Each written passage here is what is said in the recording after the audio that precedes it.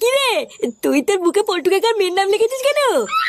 ও তুই বুঝবি না, এটা হচ্ছে ভালো কথা, বুঝলি? ভালো কথা। কি কি বলছিস? আই ধুই কিছু না, তোরা তো শুনতে হবে না। বাড়া, একবার যদি পল্টু কাকা জানতে পারে না যে তুই ওর মেয়ের নাম তোর বুকে লিখেছিস, তাহলে কিন্তু পল্টু কাকা তো সারা ভেঙে দেবে।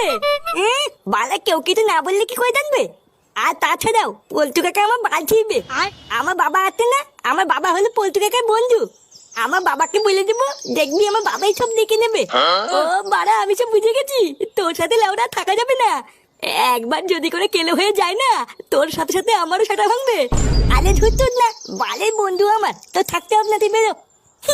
দেখবি একদিন আমার সাথে পল্টু কাকা মেয়ে টুনটুনের বিয়ে হবে, তখন তুই না দেখবি তোকে আমি নিমন্ত্রণ করবো না। তুই যা, আমারও দেরি হয়ে যাচ্ছে, স্কুলে যেতে হবে।